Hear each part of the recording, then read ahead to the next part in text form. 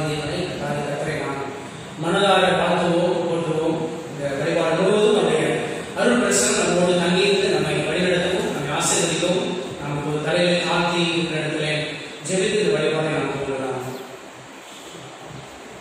எல்லா துணிகளுக்கும் தோத்திரங்களுக்கும் பாத்திரராக இருக்கிற நன்மை நம்புகிறேன். இந்த இனிய நாளின் காலை வேலைக்காக நம்ம நடிச்சிருக்கிறோம்.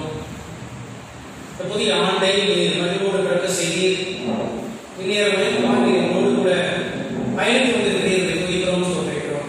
விசேஷமாக இந்த இரண்டாவது ஞாயிற்றுக்கிழமையிலே நாங்கள் நம்முடைய ஆலயத்துக்கு வரவும், வழிபாட்டை பங்கு பெறவும், நம்மிடத்திலே விண்ணப்பங்களை வேண்டுதலை வைக்கவும், நம்முடைய திரு வார்த்தைகளை கேட்கவும் ஆண்டவரே நீங்கள் வாய்ப்பு தந்திருக்கிறீர்கள் சொல்லியிருக்கிறோம். வந்திருக்கிறவருடைய திருமக்கள் அனைவரையும் எதிர்காலத்தில் ஏற்படுத்தும் சுவாமி. வந்து கொண்டிருக்கிற பிள்ளைகளையும் சரியான நேரத்திலே கொண்டு வந்து சேர்த்தார்கள். ஆண்டவரே நாங்கள் எல்லாருமே இந்த திருநாமத்தை மேன்மைப்படுத்த, மேன்மைப்படுத்த, உயர்த்த, போற்ற, புகழை தெரிவித்தார். இந்த தூய ஆவியானவருக்காக எங்களுக்கு துணை செய்வதையாக கேட்கிறோம். வழிபாடு முழுவதும் பிரசனராயிருந்து ஆண்டவரே எங்களை ஆட்கொள்ளும்படியாக கேட்கிறோம். இது வந்தது நல்லது, இது எங்களுக்கு மிகுந்த மனமகிழ்ச்சியாக இருந்தது, ஆசீர்வாதமாக இருந்தது என்று சொல்லி மகிழ்வோடு, நிறைவோடு, மனநிறைவோடு கடந்து செல்ல ஆண்டவரே எங்களுக்கு தெரிவித்தார். மறுபடியும் ஒரு விஷயம் எங்கள் எல்லாரும் அர்ப்பணிக்கிறோம். ஆண்டவரே நீர் எங்கள் மத்தியிலே பிரசன்னராக இருக்கிறீர் என்பதோடு நாங்கள் இந்த காரியங்களை முன்னெடுத்து செல்ல எங்களுக்கு நீர் கிருபை பாராட்டு. நீர் பொருட்படுத்திக் கொண்டு எடுத்து வாசிக்கிறேன். இந்த எல்லா நன்மைகளுக்காக மறுபடியும் ஒரு விஷயத்தை சொல்லியிருக்கிறோம். தொடர்ந்து இந்த வழிபாட்டை நடத்தித்தார். இயேசு திருநாமத்திலே வேண்டிக்கொள்கிறோம் அன்பின் பிதாவே, ஆமென். இந்த வழிபாட்டுக்கு ஆரம்பமாக நாம் யாவரும் எடுத்து பாமாலையிலே 279வது பாடல், உங்களை படைத்தவர் சர்வ தயாளர், தம்மில் வாழ்ந்து ஜீவிக்க என்றோடும் என்றும் நம்மோடு இருக்க ஆசைப்பட்டோர் உங்களை பார்த்து என் சிநேகத்தை என்ற தூக்கம் கொண்ட தங்கிவிட்டிருக்கிற என்ற தூக்கம் கொண்ட பாமாலை 279வது பாடலை யாவரும் எழுந்து நின்று இசை வழியாக நாம் பாட கேட்கிறோம்.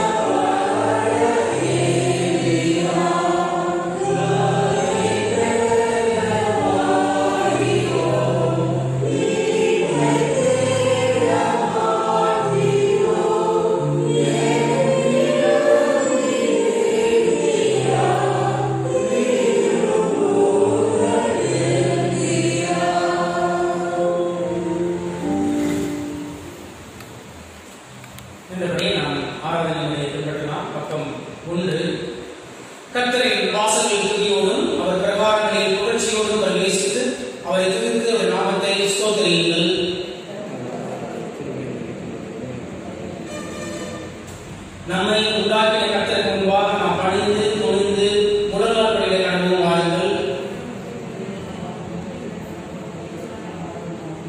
யார் கட்டுரை பருவத்தில் ஏறுவான், யார் அவருடைய பரிசுத்த ஸ்தலத்தில் நிலைத்திருப்பான்.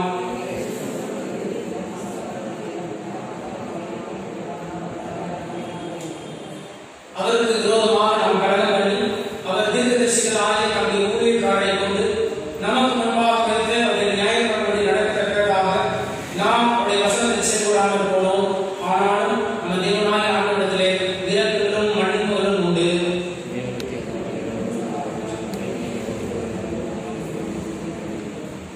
வருத்தப்பட்டு பாரம் சுமக்கிறவர்களே, நீங்கள் எல்லாரும் என்னிடத்தில் வாருங்கள், நான் உங்களுக்கு இளைப்பாறுதல் தருவேன்.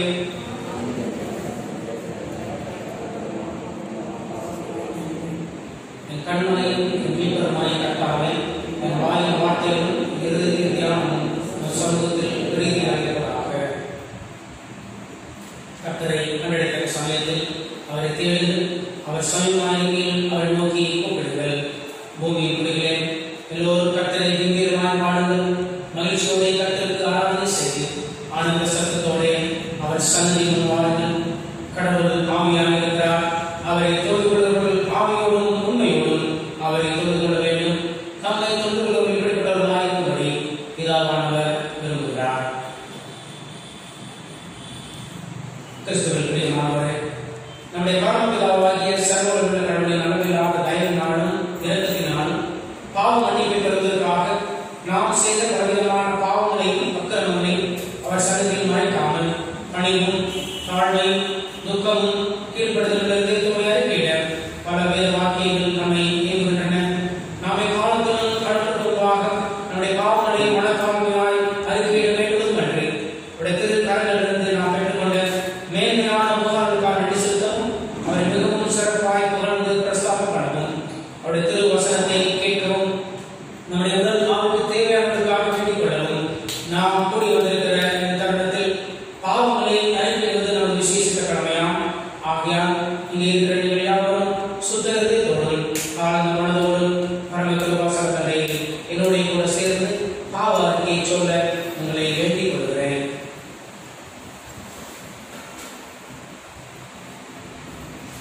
பொதுவான பாவ அறிக்கையை மனத்தாழ்மையோடு சேர்ந்து இருக்கும். சர்வ வல்லமையும் மிகுந்த இருக்கும் பிதாவே, தப்பி போன ஆடுகளை போல நாங்கள் வழியை விட்டு அடைந்து போனோம். எதிர்த்து யோசனைகளுக்கும் விருப்பங்களுக்கும் மிகவும் இணங்கி நடந்தோம். பசுத்த கற்பனைக்கு உலகமாய் குற்றம் செய்தோம். செய்யத்தக்கவர்களை செய்யாமல் செய்யத்தகாதவர்களை செய்து வந்தோம். எங்களுக்கு சுகமே இல்லை. ஆயினும் ஆண்டவரே, இயேசு கிறிஸ்துவின் மூலமாய் மனிதருக்கு அருள் செய்த வாக்குத்தத்தத்தின்படியே நிர்வாகிகளை குற்றவாளியாக அடையாளம் தப்பிதங்களை அறிக்கையிடுதல் மேல் பொறுமையாகும். பாவக்கிழமை துக்கப்படுகிற உங்களை சீர்படுத்தும் மிகவும் விருப்பமுள்ள பிதாவே, இந்த பரிசுத்த நாமத்திற்கு மகிமை உண்டாகும்படி நாங்கள் தெய்வ பக்தியும் நீதியும் தெளிந்த புத்தியுள்ளவர்களாய் நடந்தவர்கள் இயேசு கிறிஸ்து நிமித்தம் கிருபை செய்தவர்கள். தங்கள் பாவங்களுக்காக உண்மையாக துக்கப்பட்டு கடவுளிடம் மனம் திரும்பி ஆவியின் சகாயத்தால் தங்கள் வழிகளை சீர்திருத்த பிரயாசங்களை குறித்து கடவுள் சொல்கிற அருள் நிறைந்த வழிகளை கேளுங்கள்.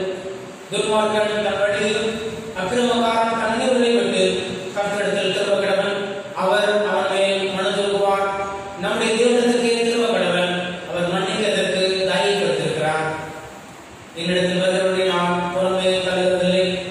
நம்முடைய பாவங்களை நாம் அறிக்கையிட்டால் பாவங்களை நமக்கு மன்னித்து எல்லா அநியாயத்தையும் நீக்கி நம்மை சுத்திகரிப்பதற்கு அவர் உண்மையும் நீதியும் உள்ளவராயிருக்கிறார். ஒருவன் பாவம் செய்வானால் நீதிபரராயிருக்கிற இயேசு கிறிஸ்து நமக்காக பிதாவிடத்தில் பரிந்து பேசுகிறவராயிருக்கிறார். நம்முடைய பாவங்களை நிவர்த்தி செய்கிற வாதாரங்களை அவரே நம்முடைய பாவங்களை மாத்திரமல்ல சர்வலோகத்தின் பாவங்களையும் நிவர்த்தி செய்கிறவராக இருக்கிறார். சர்வவல்லமையும் மிகுந்திருக்கும் ஆண்டவர் மன்னிப்பையும் பாவ நிவர்த்தியையும் உங்களுக்கு கட்டளையிட்டது. வாழ்வை செய்வதற்கான காலத்தையும் நமது பரிசுத்த ஆவியின் கிருபையும் தேற்றலையும் தந்தருள்வாராக. ஆமென். கடவுள் செய்த நன்மைகளை எண்ணி நாம் பொதுவான ஸ்தோத்திர ஜெபத்தை நன்றியோடு ஏறெடுப்போம்.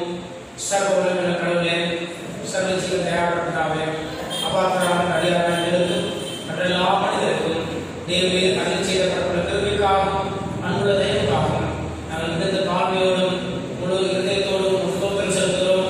எங்களை வெளிச்சத்திற்காகவும் காப்பாற்றுவதற்காகவும் நீங்களுடைய எல்லா ஆசீர்வாதங்களுக்காகவும் எதிர்க்கிறோம். விசேஷமாய் இந்த ஆண்டவர் இயேசு கிறிஸ்துவினாலே உலகத்தை மீட்டுக் கொண்ட விடைமதியாத அன்புக்காகவும் கிருபை நித்தனங்களுக்காகவும் கைகழிவோம் என்ற நம்பிக்கைக்காகவும் ஸ்தோத்திரம் செலுத்துகிறோம். நாம் உண்மையாய் நன்றி இருக்கிறோம். எங்களை இந்த ஊழியத்துக்கு ஒப்புக் கொடுத்து எங்கள் வாழ்நாளெல்லாம் முன்பாக பசுத்தமும் நீதிமன்றமாய் நடத்தவும், எங்கள் வாக்கினாலே மாத்திரமல்ல எங்கள் நடக்கையினாலே உங்களை போல பிரஸ்தாபப்படுத்தவும், தேவரீர் செய்த உபகாரங்கள் எல்லாவற்றையும் உணர்ந்து கொள்ளும் உணர்வை எங்களுக்கு அருள் செய்ய வேண்டும் என்று எங்கள் ஆண்டவர் இயேசு கிறிஸ்து மூலமாய் வேண்டிக் கொள்கிறோம். அவருக்கும் தேவரீருக்கும் பசுத்த ஆவிக்கும் எல்லா மேன்மையும் மகிமையும் சதா காலங்களிலும் உண்டாவதாக. ஆமென். திருமறை பாடங்கள்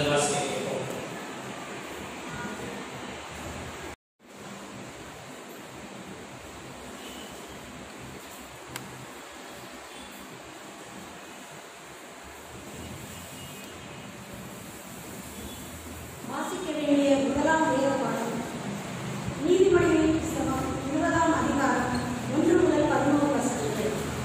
நீதிமொழிகள் 20:1 முதல் 12. Proverbs 20:1-11. திராட்சரசம் பரியாசம் செய்யும், மதுபானம் அமளி பண்ணும், அதனால் மயங்குகிற ஒருவனும் ஞானவான் அல்ல. ராஜாவின் உறுதுகள் சிங்கத்தின் வெற்றிக்கு சமானம். அவனை கோபப்படுத்துகிறவன் தன் பிராணிக்கே துரோகம் செய்கிறான். வழக்குக்கு விளங்குவது மனுஷனுக்கு தீமை. மூடனானவன் எவனும் அதில் தலையிட்டுக் கொள்வான். சோம்பேறி குளிர்கிறது என்று விடமாட்டான். அறுப்பிலே பிச்சை கேட்டாலும் அவனுக்கு ஒன்றும் கிடையாது. மனுஷனுடைய இருதயத்தில் உள்ள யோசனை ஆழமான தண்ணீர் போல் இருக்கிறது. புத்திமானோ அதை முண்டெடுப்பான். மனுஷர் பெரும்பாலும் தங்கள் தயாரத்தை பிரசித்தப்படுத்துவார்கள். உண்மையான மனுஷனை கண்டுபிடிப்பவன் யார்? நீதிமான் தன் உத்தமத்திலே நடக்கிறான். அவனுக்கு பிறகு அவன் பிள்ளைகளும் பாக்கியவான்களாய் இருப்பார்கள். நியாயாசனத்தில் வீற்றிருக்கும் ராஜா தன் கண்களினால் சகல பொல்லாப்பையும் சிதற பண்ணுகிறான். என் இருதயத்தை சுத்தமாக்கினேன், என் பாவங்களை துப்புரவானேன் என்று சொல்லத்தக்கவன் யார்? வெவ்வேறான நிறைக்கல்லும் வெவ்வேறான மரக்காலும் ஆகிய இவ்விரண்டும் கர்த்தருக்கு அருவருப்பானவைகள். பிள்ளையானால் அதன் செய்கை சுத்தமோ செம்மையோ என்பது அது நடக்கையினால் விளங்கும். வேத பாடம் முடிந்தது. தேவனுக்கே மகிமை உண்டாவதாக.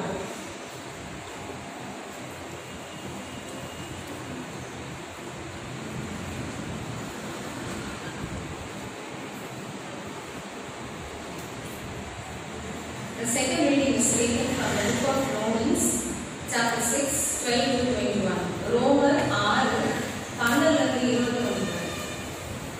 Romans 6, chapter 12-21. Let not sin thereof reign in your mortal body, that ye should obey it in lust thereof.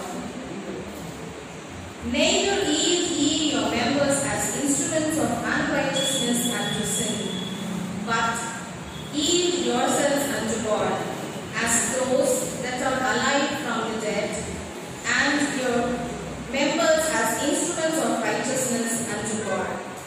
For sin shall not have dominion over you, for ye are not under the law, but under grace.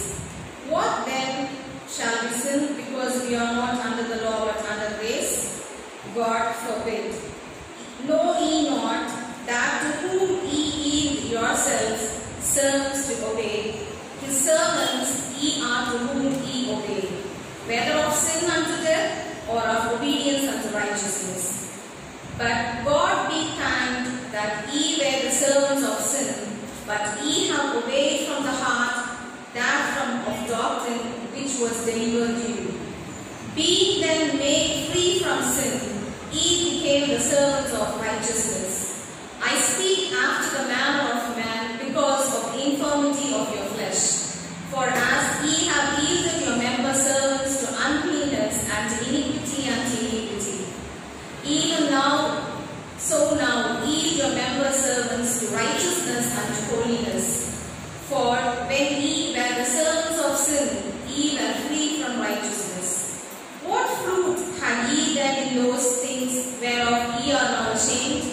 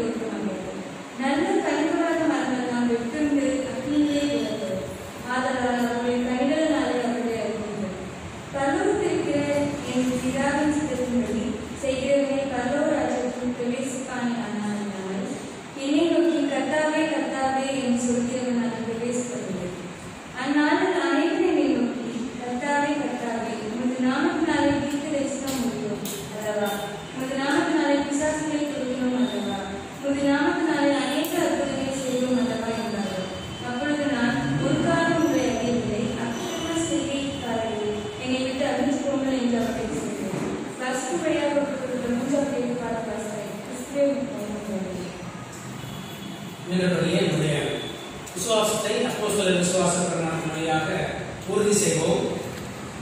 வானத்தையும் பூமியையும் படைத்த சர்வவல்லமை பிதாவாகிய கடவுளை விசுவாசிக்கிறேன். ஒரே குமாரனாகிய நம்முடைய நாதர் இயேசு கிறிஸ்துவை விசுவாசிக்கிறேன்.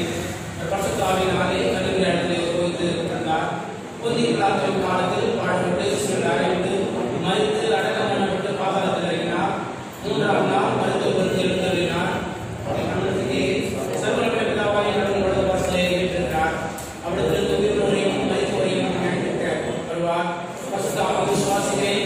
பொதுவாக இருக்கிற பரிசுத்தத்தையும் பரிசுத்த ஐக்கியமும் பாவ மன்னிப்பும் சரீர உறுப்புகளும் நித்திய ஜீவனும் என்று விசுவாசிக்கிறேன். ஆமென். அறிவுகள் நான் குறைக்கிறேன்.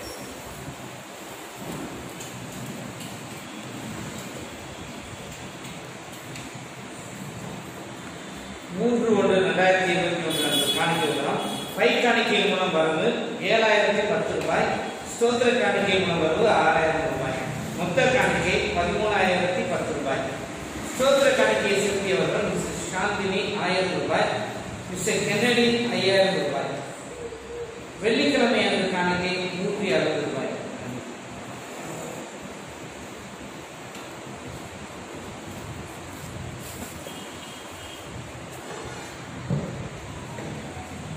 சபையாருக்கு அறிவிக்க வேண்டிய சில முக்கியமான அறிவிப்புகள். வரும் வெள்ளிக்கிழமை மாலை 6:30 மணிக்கு மாலை வழிபாடு நடைபெறும். வரும் 23/1/21 சனிக்கிழமை காலை 8:30 மணி முதல் பசுமலை ஆண்கள் பள்ளி வளாகத்தில் உள்ள சிற்றாலயத்தை வைத்து ப்ரீ மேரிட்டல் கவுன்சிலிங் வகுப்புகள் நடைபெறும். இதில் பங்கு பெற விரும்புகிறவர்கள் படிப்புகளுக்காக ஆயரை அனுப்பவும். வரும் வாரத்தில் தங்கள் பிறந்த நாளை கொண்டாடுபவர் மிஸ்ஸஸ் ஷீபா டெலி, இவருக்காக ஜெபிக்கவும்.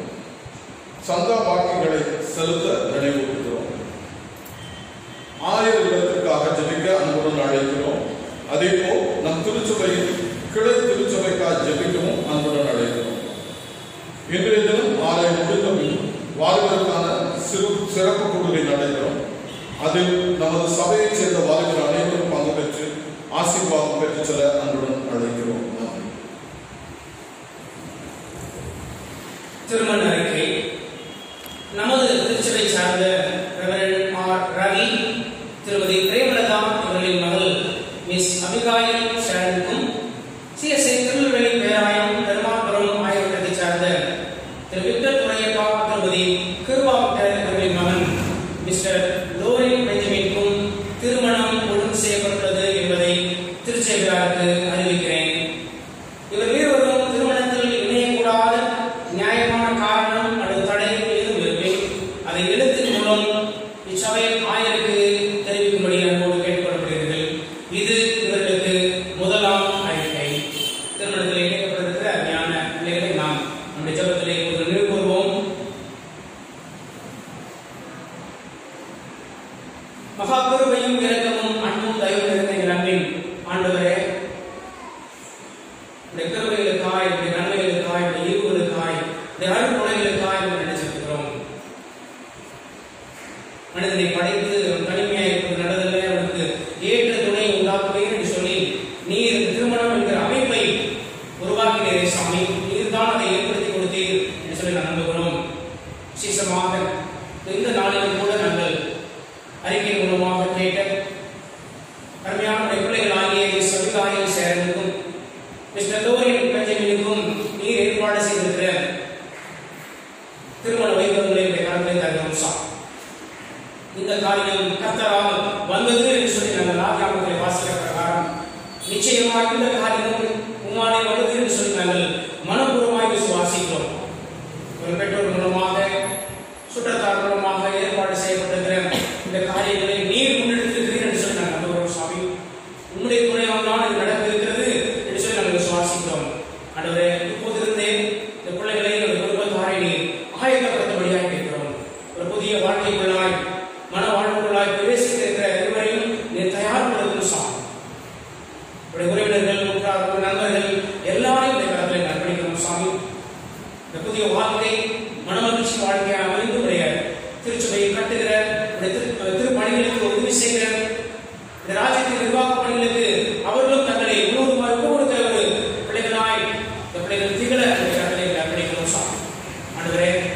வருஷத்தை நன்மையால் முடிசூட்டுகிறீர், அதன் பாதையெல்லாம் நீயாய் பொழுது என்று சொல்லி நாங்கள் சங்கீதத்தை வாசிக்கிறோம். அதே போல இவருடைய வாழ்க்கையும் ஆண்டவரே நீயாய் பொழுது நன்மையால் முடிசூட்டும் ஜீவனுள்ள நாளெல்லாம் நன்மையும் கிருபையும் என்னை தொடர்ந்து சொல்ல செய்த காரியம் போல இவருடைய வாழ்நாள் முழுவதும் ஆண்டவரே நன்மையும் கிருபையும் தொடரட்டும்.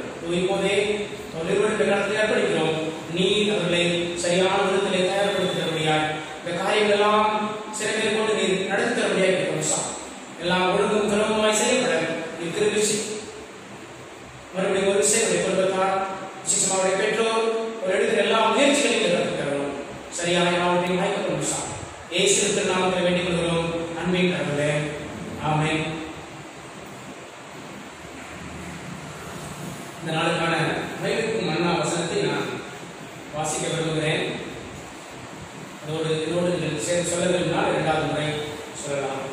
ஆகையால் நீங்கள் சரீர இச்சையின்படி பாவத்திற்கு கீழ்ப்படியத்தக்கதாக சாவுக்கு ஏதுவான உங்கள் சரீரத்தில் பாவம் ஆளாதிருப்பதாக. ரோமர் 6:12. ஆகையால் நீங்கள் சரீர இச்சைகளின்படி பாவத்திற்கு கீழ்ப்படியத்தக்கதாக சாவுக்கு ஏதுவான உங்கள் சரீரத்தில் பாவம் ஆளாதிருப்பதாக. ஆமென். ஜெபம் செய்வோம்.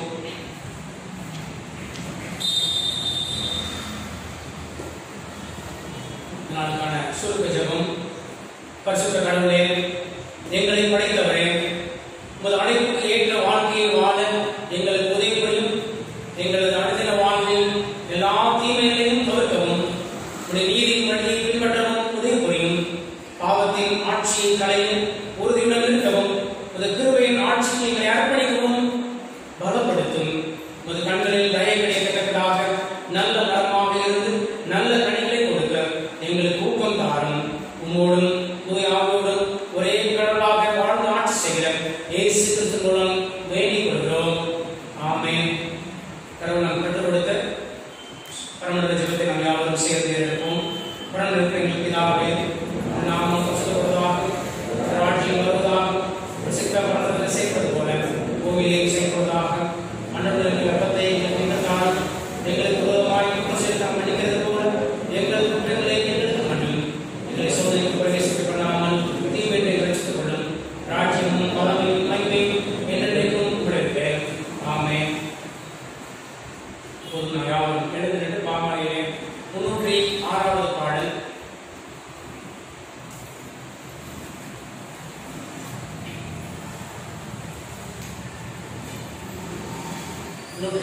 பாடல்.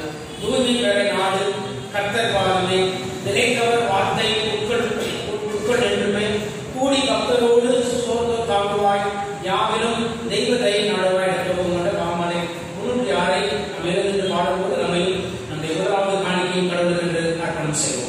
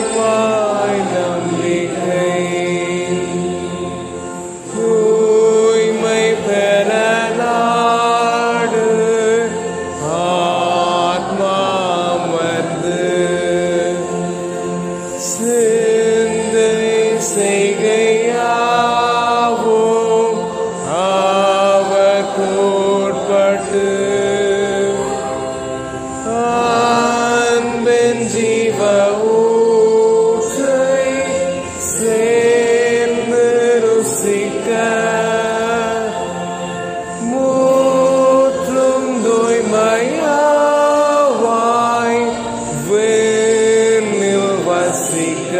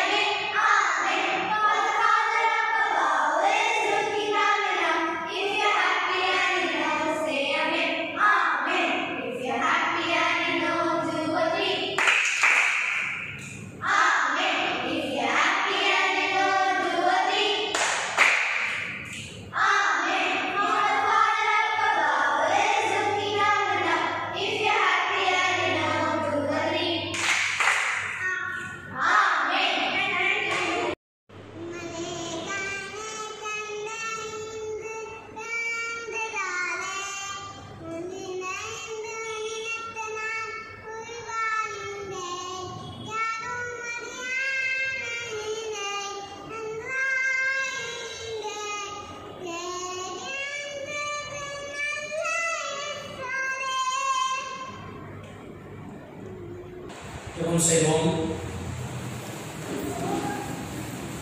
எல்லா நன்மைகளுக்கும் ஆசீர்வாதங்களுக்கும் மூன்றும் காரணமாக இருக்கிற நன்மை ஆண்டவரே, உடைய கருத்திலிருந்து நாங்கள் பெற்றுக் கொண்டிருக்கிற நன்மைகளே ஏராளம் சுவாமி. ஒவ்வொரு நாளும் எங்களை இந்த நேர்த்தியான பாதைகளிலே அழகாய் நடத்தி வருவதே சோதரிக்கிறோம். எல்லா தேவைகளையும் சந்திக்கிறேன் என்று சொல்கிறோம். ஆண்டவரே, வாரந்தோறும் நாங்கள் ஆலயத்திலே கூடி வரும்போது உங்களுடைய ராஜ்யத்தின் நிர்வாக பணிகளை கண்டு திருப்பணிகளை கண்டு நாங்கள் எங்களால் ஏற்ற காணிக்கைகளை படைக்கிறோம் நடந்திருக்கிற சாமி. இதோ இந்த வேலைகளும் படைத்திருக்கிற இந்த காணிக்கைகளையும் எதிர்காலத்தில் ஏற்பணிக்கிறோம். ஆண்டவரே, இதனுடைய பணிகளை கண்டு சிறப்பாக எடுத்து சொல்லிக்கப்பட நீர் ஆசனத்தினார் படைத்த ஒவ்வொருவரையும் இந்த கடத்தை அர்ப்பணிக்கிறோம். ஆண்டவரை உற்சாகமாய் மனப்பூர்வமாய் நாங்கள் கொடுப்பதற்கு இந்த எதிர்த்தை நினைவு சாமி. மறுபடியும் உடைய கருத்தை அர்ப்பணிக்கிறோம். விசேஷமாய் வரையிலும் எத்தனை வார்த்தைக்கு நேராக கடந்து செல்கிறோம். நீர் அற்புடையாக இருக்கிறதாக ஈவாக தந்திருக்கிற திருமறைக்காரனை சொல்கிறோம். ஆண்டவரே, உடைய தூய ஆவியானவர் தாமே எங்களுக்கு துணை செய்து இந்த வசனத்தை நாங்கள் தியானிக்கும் போது உங்களுடைய இருதயம் குழுவிட்டு ஏற்றியும்படியாக இருக்கிறோம் சார். நாங்கள் வசனங்களை தியானித்து அதனுடைய நடக்க இருக்கிறோம் சார். வேத வாக்கியங்கள்லாம் என்னுடைய ஆவினாலே அகப்பட்டிருக்கிறது. அவர் உபதேசத்திற்கும் படித்து கொள்வதற்கும் சீர்திருத்தலுக்கும் நீதியை படிப்பிக்கிறதற்கும் பிரயோஜனமாயிருக்கும் சொல்லி நாங்கள் தீமோத்தேயுவிலே வாசிக்கிறோம். அதே வண்ணமாக உடைய வசனங்கள் அதை தியானிக்கும் போது அவை எங்களை சீர்திருத்தட்டும் சார். எங்கள் நீதியை படித்துக் கொடுக்கட்டும் ஆண்டவரே. எங்களை சரியான பாதையை நடத்தட்டும் ஆண்டவரே. எங்களுக்கு வெளிச்சமாயிருந்து எங்களை வழிநடத்தும். மறுபடியும் உதவி செய்ய அர்ப்பணிக்கிறோம். தூய ஆவியானவர் எங்களுக்கு துணை செய்ய மன்றாடுகிறோம். இயேசுவின் நாமத்தில் கேட்கிறோம் பிதாவே. ஆமென். மறுபடியும் ஒரு இந்த தியான வேலைக்கு நான் அன்போடு வரவேற்கிறேன். இந்த நாளிலே ஒரு அருமையான தலைப்பை நமக்கு கொடுத்திருக்கிறார். ஒரு அழகான ஒரு கருப்பொருள், கடவுளின் அழைப்புக்கு ஏற்புடைய வாழ்வு. Live worthy of your calling. கடவுளின் அழைப்புக்கு தகுதியுடையவராய் வாழ்தல் அல்லது ஏற்புடையவராய் வாழ்தல். அழைப்பு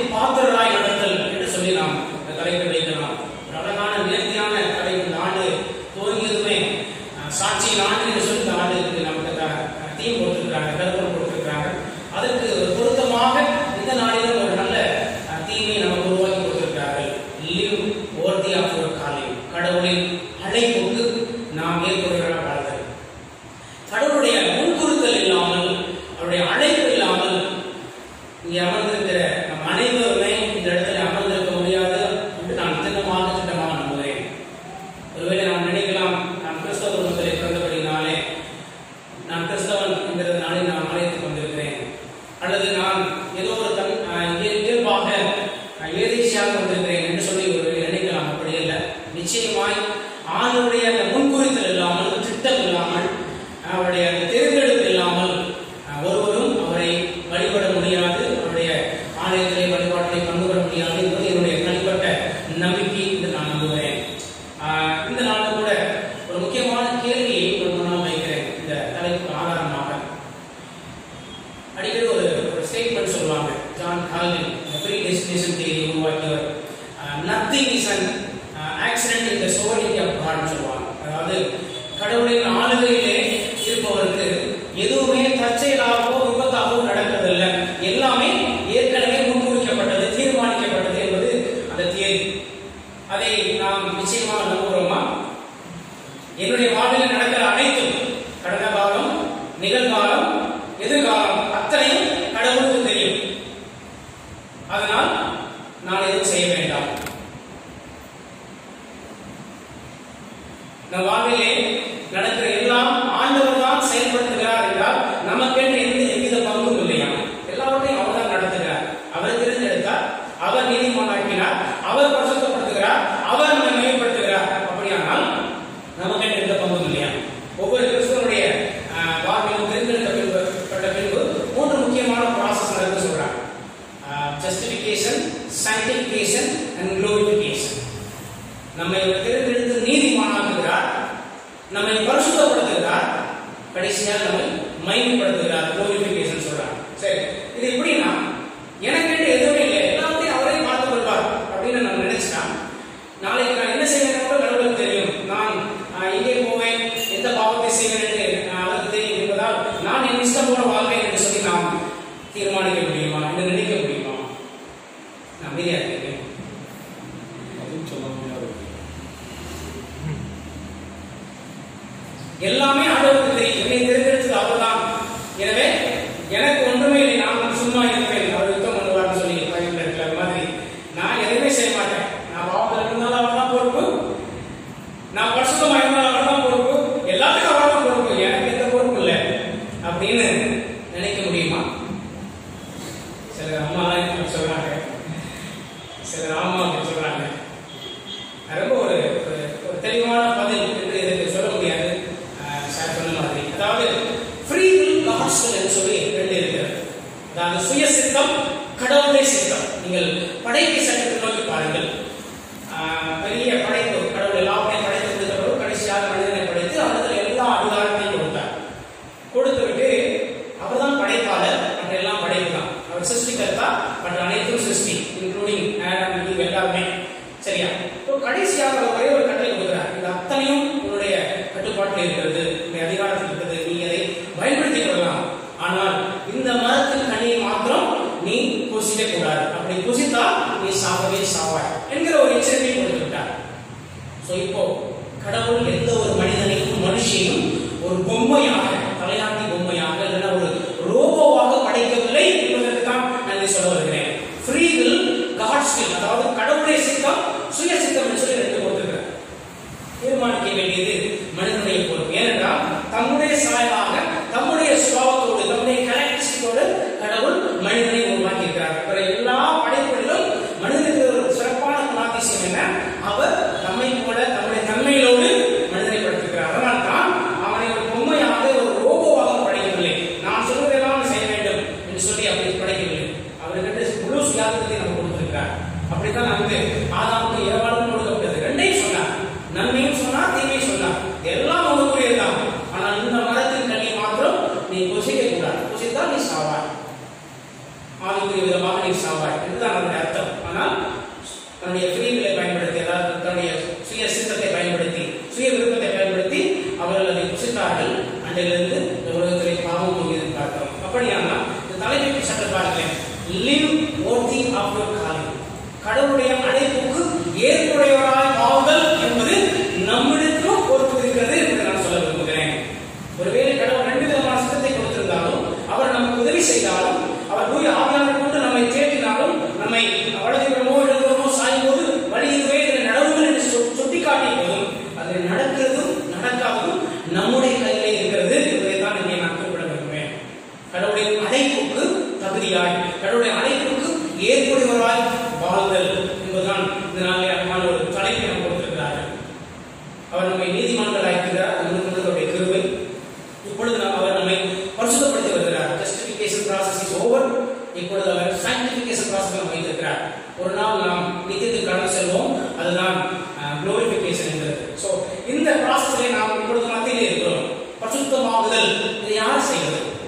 பரிசுத்தமாகுதல், அந்த பரிசுத்தமாக்கப்படுதல் என்கிற இந்த பயணத்தை நாமும் பயணிக்கிறோம், ஆண்டவரும் நமக்கு உதவி செய்கிறார் என்பதை நாம் மறந்து விடக்கூடாது. நீங்கள் வேதத்தில் நிறைய உதாரணம் இருக்குது. திருமறையில் முதல் அழைப்பு ஆபிரகாமுக்கு கிடைத்தது. ஆபிரகாம், ஈசாக்கு, யாக்கோபு, அதுக்கப்புறம் மோசே, அப்புறம் தாவீது, இப்படி வரிசையா நீங்கள் அநேகரை பார்க்கலாம். இதெல்லாம் சிறப்பான அழைப்பு, அதில் சரியாக பயணப்பட்டார்கள். அதே போல நீங்கள் சிம்சோனை பாருங்கள், பிள்ளையோவை பாருங்கள், இன்னும் பலர் அவர்களுக்கும் அழைப்பு கிடைத்தது. ஆனால் அந்த அழைப்பை அவர் புறக்கணித்தார். புதிய ஏற்பாட்டிலே 12 சீடர்களை அவர் அழைத்தார், ஆனால் அதில் ஒருவர் சொல்ல போனார். சோ அழைப்பு எல்லாருக்கும் இருக்கிறது.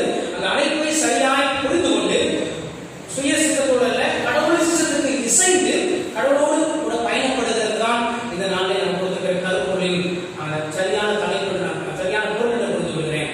கடவுளுடைய அழைப்புக்கு ஏற்புடையவராய் வாழ்தல். அப்படி வாழ்ந்தார்களா? வாழ்ந்தவர்கள் என்ன சாதித்தார்கள்? அப்படி வாழாதவர்கள் என்ன வீழ்ச்சி கண்டார்கள் என்பதற்கு வேதம் நிறைய உதாரணம் கொடுக்கிறது. ஆனால் இந்த நாளிலே 3 திருமணி பாடல் நாம் வாசிக்க கேட்டோம். முதலாவது வாசிக்க கேட்ட அந்த நீதிமொழிகள் 20ஆம் அதிகாரம் 1லிருந்து 11 வரைக்கும். பொதுவாக நீதிமொழிகள் பழைய பாடமாக கொடுக்கவே மாட்டாங்க, பெருமாள் இன்றைக்கு கொடுக்கப்பட்டிருக்கிறது. நீதிமொழிகளிலே துன்மார்க்கன் நீதிமான், குணசாலியான ஸ்திரீ, மதியற்ற ஸ்திரீ, அப்புறம் சோதேரி சுறுசுறுப்புள்ளவன், ஞானவான், புத்தியற்றவன் சொல்லி ஒரு எதிரெதிரில் கொடுத்துருப்பான். எல்லாத்தையும் வாசிக்கும் போது அது பெரிய நீதிமொழிகள் ப்ரோவர்ப்ஸ் தானே. ஆனால் இந்த பக்கத்திலே நமக்கு என்ன செய்தி என்று நான் ஆராய்ச்சி பண்ணும்போது எப்படி இந்த தலைப்புக்கு இந்த பகுதியை கொடுத்திருக்கிறார்களே என்று பார்க்கும்போது அதில் படித்து முடிக்கும் போது ஒரு பொருள் எனக்கு கிடைத்தது. அதாவது தீமைகளை தவிர்த்து நீதியை பின்பற்றுதல். அதில் நிறைய காரியங்கள் சொல்லப்படுகிறது. திராட்சரசம் பரியாசம் பண்ணும், சோம்பேறி குளிர்தல் உடமாட்டான், வெவ்வேறான நிறைகளும் வெவ்வேறான மரக்காலும் கர்த்தருக்கு அருவருப்பானது. நீதிமொழியில் பெரும்பாலும் நாம் வாசிக்கிற ஒரு முக்கியமான சத்தியம் என்ன தெரியுமா? கர்த்தருக்கு பயப்படுதல்.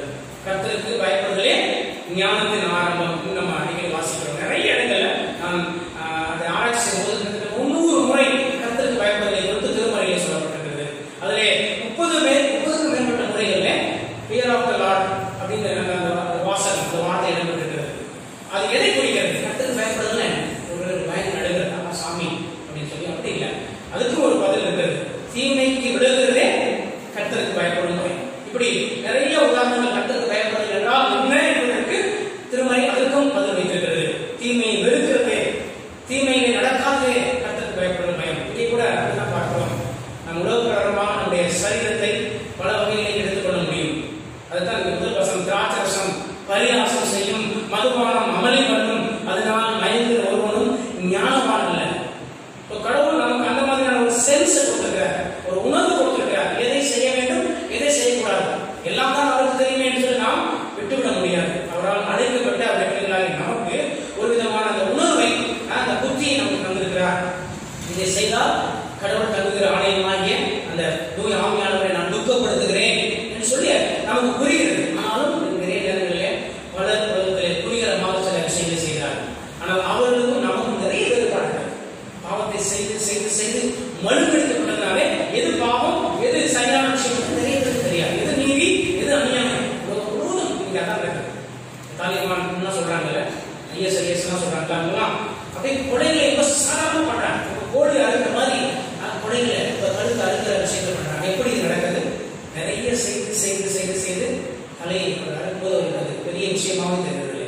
கொலை என்பது மிகப்பெரிய பயமுறுத்தக்கூடிய ஒரு விஷயம் நமக்கு புரிகிறது. ஆனால் சிலருக்கு புரிவதில்லை. ஏன்? பாவத்தின் தண்ணீரை போல செய்தபடியினாலே அவருடைய மனச்சாட்சி மறுபடிக்கப்பட்டிருக்கிறது. இங்கே தீமைகளை தவிர்த்து நீதியாய் வாழ்தல் அல்லது நீதியை பின்பற்றுதல், leave evils and love righteous என்று சொல்லி நான் தலைப்பு போட்டிருக்கிறேன். தீமையாய் தோன்றுகிற அத்தனை காரியங்கள் கடவுளுக்கு பிடிக்காது, இந்த விஷயம் என் மனசாட்சி உறுத்துகிறது, இது சரியில்லை என்று சொல்லி பரிசுத்த ஆவியானவரிடத்தில் இருக்கும்போது நிச்சயமாய் உணர்த்தப்படுவோம். அப்படிப்பட்ட சமயங்களிலே நாம் இதை தவிர்க்கும் போது நிச்சயமாய் நாம் கடவுளுடைய அழைப்புக்கு ஏற்புடையவராய் வாழ்கிறோம் உறுதியாக்கிய ஒரு காரியம். கடவுள் நம் ஒவ்வொருவரையும் தனிப்பட்ட முறையில் முன்குறித்து அழைத்து தெரிந்தெடுத்து நீதிமன்றங்களாக்கி இருக்கிறார், பரிசுத்தப்படுத்தி வருகிறார். அப்படி ஏற்பட்ட அந்த ப்ராசஸ்ல அந்த இயக்கத்திலே நாம் சென்று கொண்டிருக்கும் போது இந்த காரியம் கடவுளுக்கு பிடிக்காது. நான் காலையிலே நான் ரொம்ப நேரம் தூக்கி கொண்டிருக்கிறேன், இது சரியா என்று நம்ம மனசாட்சி சொன்னால் நிச்சயமா இதற்கு நாம் கீழ்ப்படைந்து இன்னும் சீக்கிரமா இருந்து நம்முடைய மற்ற எல்லாரையும் சந்திப்பதற்கு முன்பதாக, மற்ற எல்லா புத்தகங்களையும் வாசிப்பதற்கு முன்பதாக, நியூஸ் பேப்பர்லாம் வாசிப்பதற்கு முன்பதாக நான் கடவுளுடைய வார்த்தையை வாசிப்பேன் என்று சொல்லி நாம் தீர்மானித்தால் அது தீமையை வெறுத்து நீதியான காரியங்களை பின்பற்றுகிறது என்ற அர்த்தம். கடவுளுக்கு பிடிக்காத அல்லது அவர் அருவருக்கிற அத்தனை காரியங்களை நாமும் அருவருத்து அதை நாம் விடும்போது அதை நாம் விட்டுவிட்டு நீதியான காரியங்களை நாம் சிநேகித்து அதை பின்பற்றும் போது நாம் கடவுளுக்கு ஏற்புடையவராக வாழ்கிறோம். வெவ்வேறான நிறைகளும் வெவ்வேறான மனக்காலும் பிசினஸ் செய்யறதுக்கு தெரியும். ஓகே, இதெல்லாம் சரியில்லை, இதெல்லாம் நாம் செய்யறது நமக்கே தெரியும். நிச்சயமா நம்ம கடவுளை ஏமாற்றுகிறோம் என்று சொல்லி மனசாட்சியில் ஊட்டப்பட்டால் நிச்சயமாய் அதை நாம் தவிர்க்கும் போது நிச்சயமா நாம் கடவுளுடைய அழைப்புக்கு ஏற்ற வழியிலே சென்று கொண்டிருக்கிறோம் என்ற அர்த்தம். இரண்டாவது வாசிக்கிற அந்த ரோமர் நிருபம் மிக மிக முக்கியமான ஒரு பகுதி.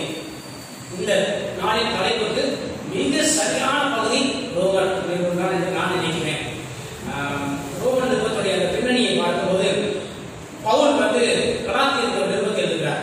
அதில் பார்த்தீங்கன்னா நியாயப்பிரமாணம், கட்டளைகள், சம்பிரதாயங்கள், சடங்குகள் இதெல்லாம் ஒன்றுமே இல்லை.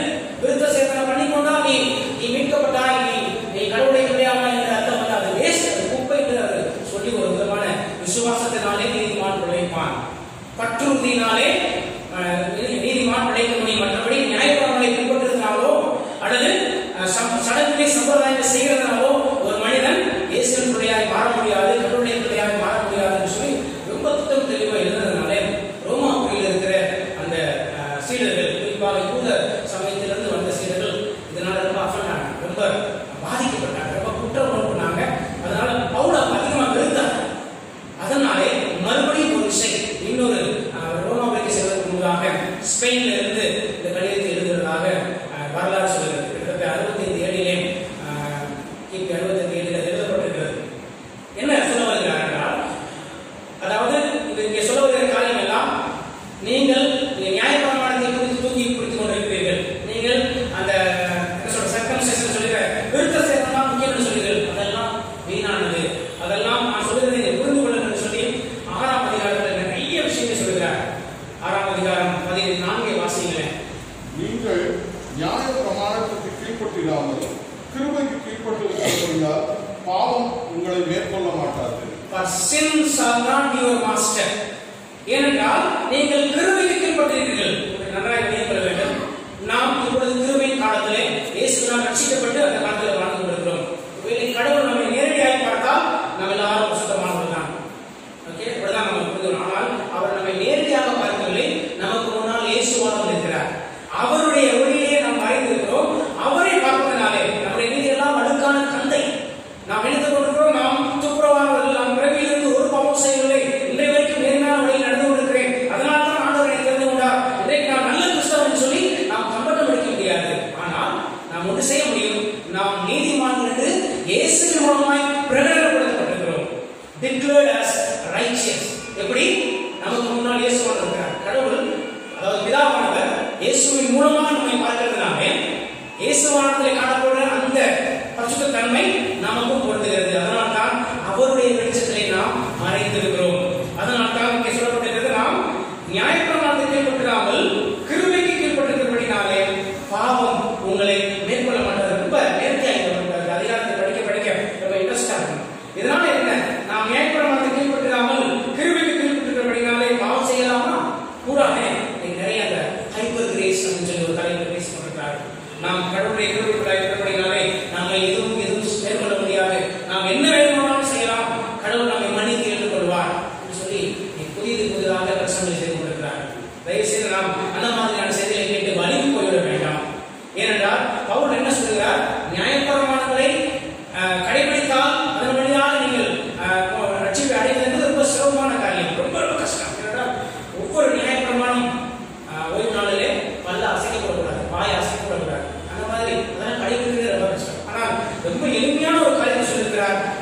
கிறிஸ்துவின் அந்த அடோன்மென்ட் டெத்னாலே, அதாவது மீட்பின் பலியினாலே நாம் மீட்கப்பட்டபடியினாலே இதெல்லாம் ஒன்றுமில்லாமல் போய்விட்டது. எனவே நாம் கிருபைக்கு கீழ்ப்பட்டிருக்கிறோம். அப்படியானால் பாவம் செய்யலாமா? செய்யக்கூடாது. வரிசையாக நிறைய விஷயங்களை நான் ஒருவேளை நேரம் குறைவாக இருப்பதினாலே நான் சுருக்கி சொல்கிறேன். 19ஆம் வசனத்தை படிங்களேன். உங்கள் மாம்ச பாவத்து நிமித்தம் பலவீனத்தின் நிமித்தம் மனுஷர் பேசுகிற பிரகாரமாய் பேசுகிறேன். அக்கிரமத்தை நடப்பிக்கும்படி முன்னே நீங்கள் உங்கள் அவயவங்களை அசுத்தத்திற்கும் அக்கிரமத்திற்கும் அடிமைகளாக ஒப்புக் கொடுத்தது போல் இப்பொழுது பரிசுத்தமானதை நடப்பிக்கும்படி உங்கள் அவயவங்களை நீதிக்கு அடிமைகளாக ஒப்புக் கொடுங்கள். முன்னால் கிறிஸ்துவை நாம் அறிந்து கொள்வதற்கு முன்னால், அவரால் நாம் தெரிந்து கொள்வதற்கு முன்னால், அவரால் நாம் அவருடைய பிள்ளை என்று மாற்றப்படுவதற்கு முன்னாலே நாம் மனமோட போக்கிலே வாழ்ந்தோம். ஆனால் இப்போதோ நம்முடைய சரீரங்களை, பாவம் செய்கிற நம்முடைய சரீரங்களை, கண்ணை, காதை, எல்லா சரீரங்களையும் கடவுளுக்கு அடிமையாக கொண்டு விடுவோம். டூலோஸ் என்கிற ஒரு கிரேக்க வார்த்தை இருக்கிறது. அதனுடைய அர்த்தம் அடிமை. ஒரு அடிமைக்கு எவ்விதமான உரிமையும் இல்லை. என்ன உரிமை? அவன் எவ்விதமாக சுயமாய் பேசுவதற்கு எந்த உரிமையும் இல்லை. அதே போலதான் கிறிஸ்துவை ஏற்றுக்கொண்ட அடிமைகளாக நாம் அனைவரும் கிறிஸ்துவின் அடிமைகள். நம்முடைய சரீரம் முழுவதும் கடவுளுக்கு அடிமை. அப்படியானால் இப்பொழுது நாம் எவ்வித துணிச்சலான செயலும் செய்ய நமக்கு உரிமை இல்லை. அதைத்தான் இங்கே பார்க்கிறோம். 2 விதமான காரியங்கள் சொல்லப்பட்டிருக்கிறது. தேவனுக்கு அடிமையானதுனாலே பரிசுத்தமாக உங்களுக்கு கிடைக்கும் பலன் முடிவோ நித்திய ஜீவன். ஒருவேளை உங்களுக்கு 21ஆம் வசனத்தை பார்க்கும்போது இப்பொழுது உங்களுக்கு வெட்கமாக தோன்றுகிற காரியங்களாலே அக்காலத்தில் உங்களுக்கு என்ன பலன் கிடைத்தது? அவை முடிவு மரணம். நீங்கள் கிறிஸ்துவை கண்டு அடைவதற்குள்ளாக நீங்கள் உங்களுடைய பயணம் எல்லாம் மரணத்தை நோக்கி இருந்தது, நரகத்தை நோக்கி இருந்தது, ரொம்ப மோசமான முடிவாக இருந்தது. ஆனால் இப்பொழுது நீங்கள் பரிசுத்தத்திலே முன்னேறுகிறதுனாலே, படிப்படியாக நீங்கள் பரிசுத்தத்தின் மேல் பரிசுத்தம் அடைகிறதுனாலே, பரிபூரண பாதையில் நடக்கிறதுனாலே உங்களுக்கு கிடைக்கிற பலன் நித்திய ஜீவன். இப்படிதான் சொல்லப்படுகிறது. பரிசுத்தமாவது உங்களுக்கு கிடைக்கிற பலன் முடிவோ நித்திய ஜீவன். ஆனால் அதுக்கு ஆப்போசிட்டா கான்ட்ராக்ட் என்ன சொல்லப்படுகிறது? பாவத்தின் சம்பளம் மரணம். நாம் இப்பொழுதும் கூட நம்முடைய சுய சித்தத்தை பயன்படுத்தி வாழ அல்ல, கடவுளுடைய சித்தத்துக்கு நம்மை அர்ப்பணித்து வாழவே நாம் அழைக்கப்படுகிறோம். அநேக நேரங்களிலே இதே பவுல் தான் மறுபடியும் இந்த பகுதியில் சொல்கிறார். 7ஆம் அதிகாரத்தில் 24 சொல்கிறார், நிர்பந்தமான மனுஷன் நான், இந்த மரண சங்கத்தில் யார் என்னை விடுதலை ஆக்குவார்? அவரே புலம்புறார். நிறைய எழுதிட்டு ஆனால் கடைசி முடிவில் அவர் அப்படி புலம்பவில்லை. ரொம்ப திட்டம் தெளிவாக சொல்கிறார். நான் நினைக்கிறேன் நான் நீதியான வாழ்வுதான் வாழ வேண்டும் என்று சொல்லி, நான் நினைக்கிறேன் நான் என்னுடைய தூய ஆவியானவருடைய சத்தத்தை கேட்டு அதன்படிதான் நடக்கணும்னு சொல்லி, ஐயோ நான் என்ன செய்வேன்? நான் மனித சுவாபத்தில் இருக்கிறேனே, மனித சரீரத்தில் இருக்கிறேனே, ஏதாவது ஒன்றை பார்க்கும்போது ஈர்க்கப்படுகிறேனே, யாருமே இல்லாத போது ஏதாவது ஒரு காரியத்தை செய்ய தூண்டப்படுகிறேனே, என்னுடைய கண் ஒரு இச்சையான காரியத்தை செய்கிறது, என்னுடைய சிந்தை நான் நினைக்காத விரும்பாத காரியத்தை யோசிக்கிறதே, நான் என்ன செய்வேன்? நிர்பந்தமான மனுஷன் என்று சொல்கிறார். ஆனால் அதே போல் என்ன சொல்கிறார்? அப்படி அல்ல, நீங்கள் கிருபைக்கு கீழ்ப்பட்டிருக்கிறீர்கள், அதனால் இப்பொழுது கூட நீங்கள் கழுவப்பட்டுக் கொண்டே இருக்கிறீர்கள் என்று சொல்ல முடிகிறார். நீங்கள் ஒவ்வொரு நாளும் கிறிஸ்துவ ரத்தத்தாலே கழுவப்பட்டுக் கொண்டிருக்கிறீர்கள். முடிவு பரியந்தம் உங்களை நிலைத்திருக்க செய்கிறவர். அதனால் நீங்கள் குற்ற உணர்ச்சிக்குள்ளாக வேண்டாம். அநேகருக்கு இது ஒரு பெரிய பிரச்சனை. நிறைய பாவம் செய்தவங்கலாம் பார்த்தீங்கன்னா, அவ்வளவுதான், எனக்கு நீங்க எதுவுமே இல்லை, இந்த கடவுளோட மன்னிக்க மாட்டார், அப்பேற்பட்ட பாவி, அப்படியெல்லாம் ஒன்றுமே இல்லை. எப்பேற்பட்ட பாவத்தையும் அவருடைய தூய ரத்தம் கழுவி சுத்திகரிக்க வல்லவர்களா இருக்கிறது. அதைத்தான் பவுல் இங்கே சொல்கிறார். பாவத்தின் சம்பளம் மரணம். கடவுள் உங்களுக்கு சுய சித்தத்தை கொடுத்திருக்கிறார். அதனால் துணிகரமாக நீங்கள் பாவத்தை செய்யாதீர்கள். ஒருவேளை இன்றைக்கு செய்துவிட்டால் அதை நாளைக்கு அதை செய்யாதபடிக்கு நீங்கள் கவனமாய் நடந்து வாருங்கள் என்று சொல்கிறார். எனவே நம்முடைய கருத்தில் ஒன்று இருக்கிறது. கலாத்தியருக்கு எழுதின நிருபத்திலே ஆவியின் கனிகள் சொல்லப்படுகிறது அல்லவா?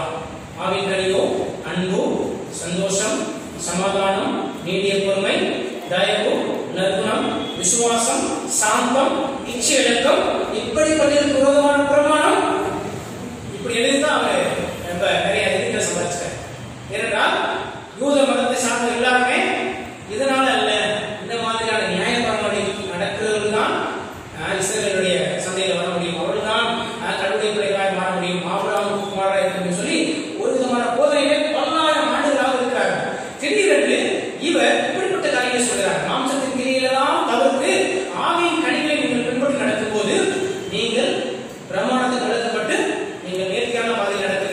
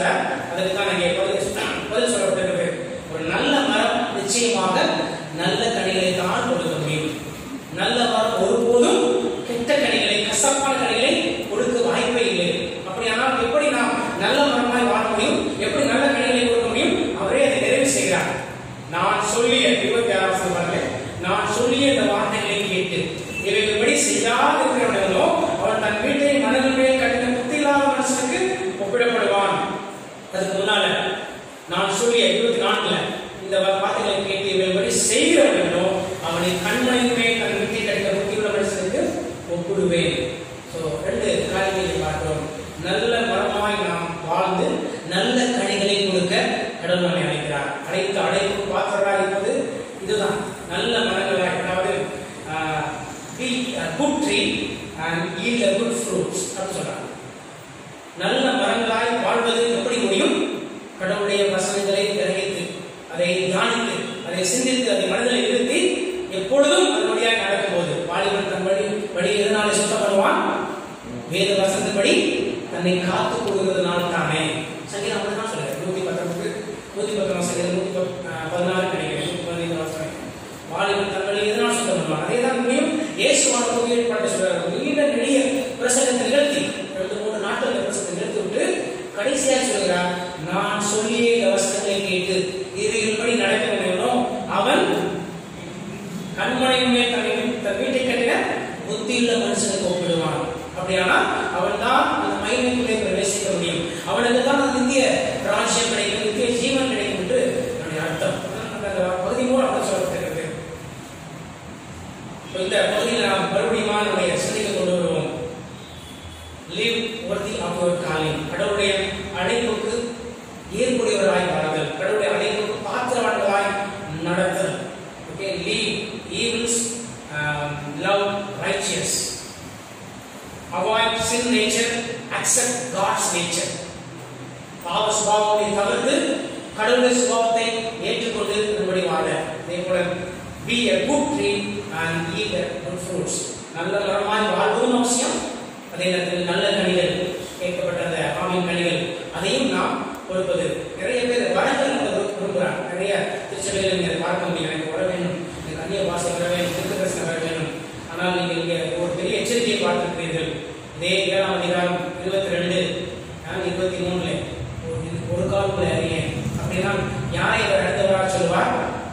கனிகளை கொண்டவர்களே, அதாவது அன்பு, சந்தோஷம், சமாதானம், நீடிய பொறுமை, நற்குணம், சாந்தம், விசுவாசம், நிச்சயம் போன்ற நல்ல கனிகளை பிரதிபலித்து காட்டுகளை பார்த்து என்னிடத்தில் ராஜ்யத்தை பிரவேசியுங்கள், இதாவது உங்களுக்காக தயார்படுத்திருக்கிற அந்த ராஜ்யத்தை நீங்கள் சுதந்திரங்கள் சொல்லுவார். அப்பேற்பட்ட வாழ்க்கை வாழ கடவுள் நமக்கு துணை செய்யட்டும். ஆண்டவர் நம்மை அழைத்திருக்கிறார். அந்த அழைப்பினை தொடர்ந்து நிலைத்திருக்க நாம் நம்முடைய சித்தத்தை அல்ல, கடவுளுடைய சித்தத்துக்கு நாம் ஒப்புக் கொடுப்போம். தலைகளை தாழ்த்தி ஜெபம் செய்வோம்.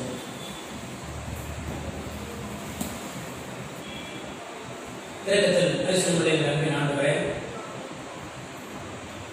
இந்த நல்ல நேரத்துக்காக மறுபடியும் நன்றி செலுத்துகிறோம்.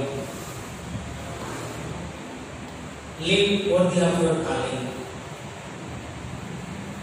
சாட்சியின் ஆண்டு இந்த ஆண்டில் அடுத்த நாங்கள் தியானிக்க அழைக்கப்பட்டிருக்கிறோம். அதை மனதில் இருந்து அழைக்கப்பட்டிருக்கிறோம். உமக்கு சாட்சிகளாய் வாழும்போது நிச்சயமாய் நாங்கள் உங்களுடைய அழைப்பு கேட்டவர்களாய் வாழ முடியும். சொல் கேட்ட திருவசங்கள் அடிப்படையில் ஆண்டவரே எங்களை உம்முடைய வழியை நடத்தும்படியாக எங்களுக்கு நம்மிடத்தில் மன்றாட அம்சம். அநேக நேரங்களில் எங்களுடைய சித்தத்துக்கு ஒப்புக் கொடுத்து, எங்களுடைய இஷ்டத்துக்கு ஒப்புக் கொடுத்து நாங்கள் வழிவிலகி போகிறோம். ஆனால் இரக்கத்தில் ஐஸ்வர்யுள்ள ஆண்டவர் உங்களுடைய சித்தத்துக்கு நேராக எங்களை திரும்ப திரும்ப அவருடைய வழியை கொண்டு சேர்க்கிறீர். நன்றி செலுத்துகிறோம். ஆண்டவரே, எங்கள் விளைவிலங்களை விட்டு அகற்றி எங்களுடைய ஆவிக்குரிய வாழ்க்கையை முதிர்ச்சி பெற இருக்கிறதா இன்னும் குழந்தைகளை போல் நாங்கள் நிறுத்தோடே இருக்காமல் ஆவியிலே முதிர்ச்சி உள்ளவர்களாய் ஒரு மெச்சூர் கிறிஸ்டியன் லைஃப் வாழ்வதற்கு இருக்கிறதா அவசியம்.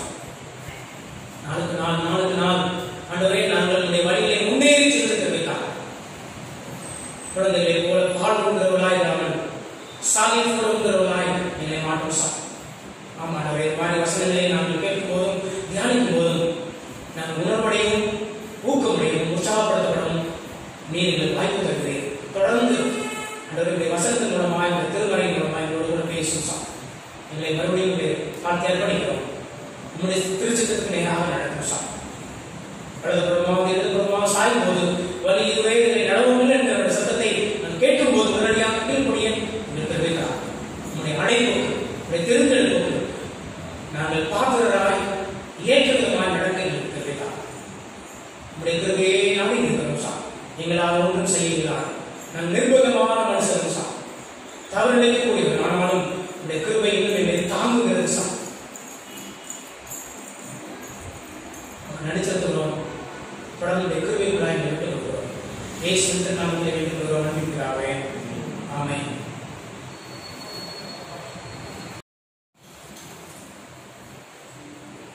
யாவரும் எழுந்து 141வது கீர்த்தனை பாடல். உன்றன் சுயமதியே நெறி என்று முசுந்து சாயாதே அதில் நீ மகிழ்ந்து மாயாதே என்ற பல்லவி கொண்ட 141வது கீர்த்தனை பாடலை நாம் பாடும்போது நம்முடைய காணிக்கையை கடவுளுக்கு நாம் அர்ப்பணம் செய்வோம்.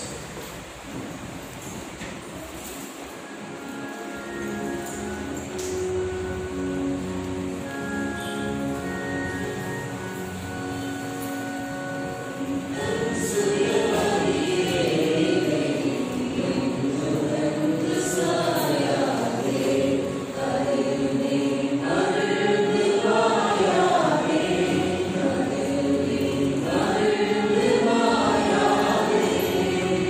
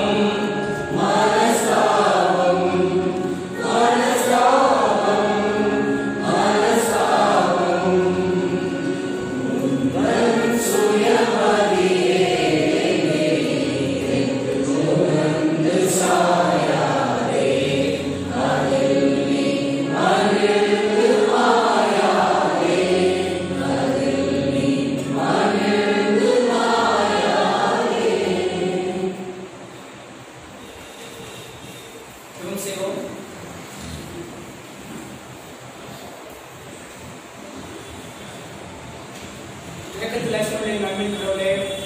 அருமையான நேரத்துக்காக நடிச்சிருக்கிறோம். திருப்பிடத்திலே வந்திருக்கிற அருமையான மகளை நம்முடைய கருத்தில் ஏற்படுகிறோம். ஆண்டவரே, நீர் மகளை இந்த மட்டும் நடத்தி கொண்டிருக்கிறீர். மட்டும் காத்தவர் கணேசன் தேவையை சந்திக்கிற யெகோவாயிரே, இன்றும் என்றும் உங்களோடு கூட இருக்கிற இம்மானுவேலரே, அருமையான மகளை தாய் கற்பத்திலிருந்து இன்றைய நாள் வரைக்கும் தாங்கி எழுந்து சுமந்து தப்பித்து கொண்டிருக்கிறீர். விசேஷமாக மகளுக்கு ஒரு புதிய வாழ்க்கையை நீர் ஏற்படுத்தி கொடுத்திருக்கிறீர் சாமி. அருமையான சமுதாயம் கருத்தில் அர்ப்பணிக்கிறோம் சாமி.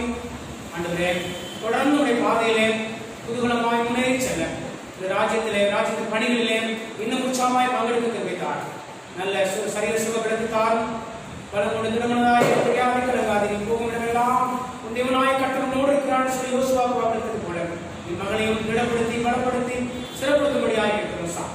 புதிய வாழ்க்கையை நீர் ஆசிரியர் அவருக்காக நீர் ஏற்பாடு செய்திருக்கிற மகனையும் இந்த கருத்தில் அர்ப்பணிக்கிறோம். ஆண்டவரே, இந்த இருவரும் இணைந்து இந்த நாமத்தை மேன்மைப்படுத்தவும் இந்த ராஜ்யத்தை கட்டவும் இந்த உலகத்திலே சாட்சியாய் வாழவும் கருவித்தார் சாமி. இந்த குடும்பத்தாரின் கருத்தில் அர்ப்பணிக்கிறோம். நீர் ஆசிரியர் இயேசு நாமத்தில் கேட்கிற பிதாவே.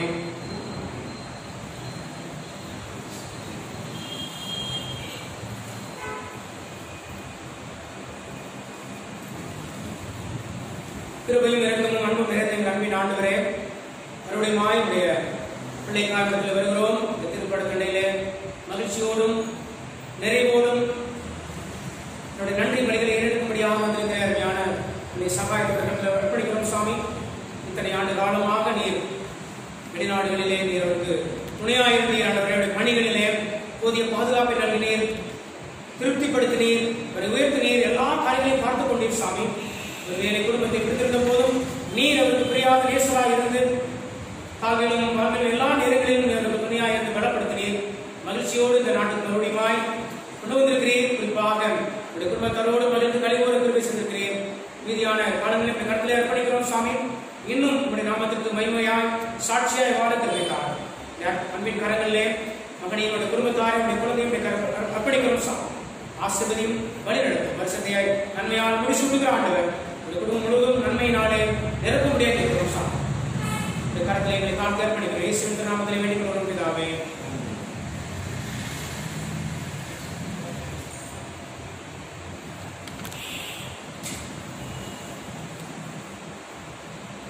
ஜெபம் செய்வோம்.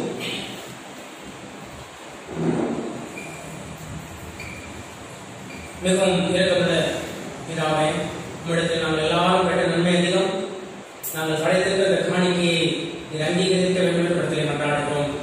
இதன் மூலமாக மனிதர்களுக்கு பிரியமும் சமாதானம் பெறவும் எங்கள் ஆண்டவரும் ரட்சகருமாகிய இயேசு கிறிஸ்து ராஜ்யம் பரப்பவும் இக்காணிக்கையை ஆசரிக்க வேண்டும் என்பதிலே பிரார்த்திக்கிறோம்.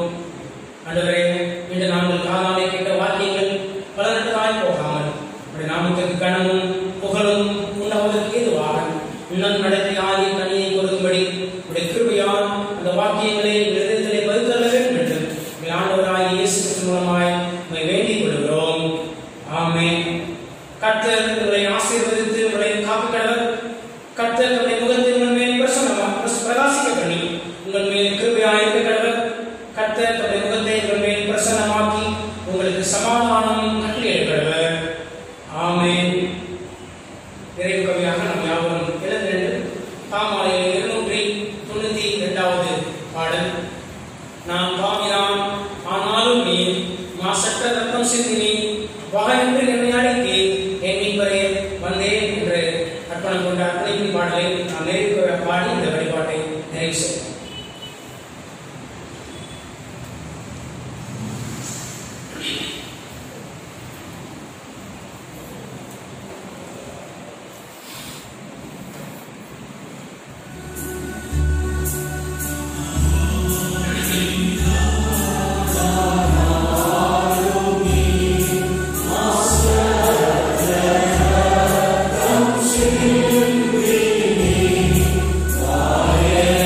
Yeah.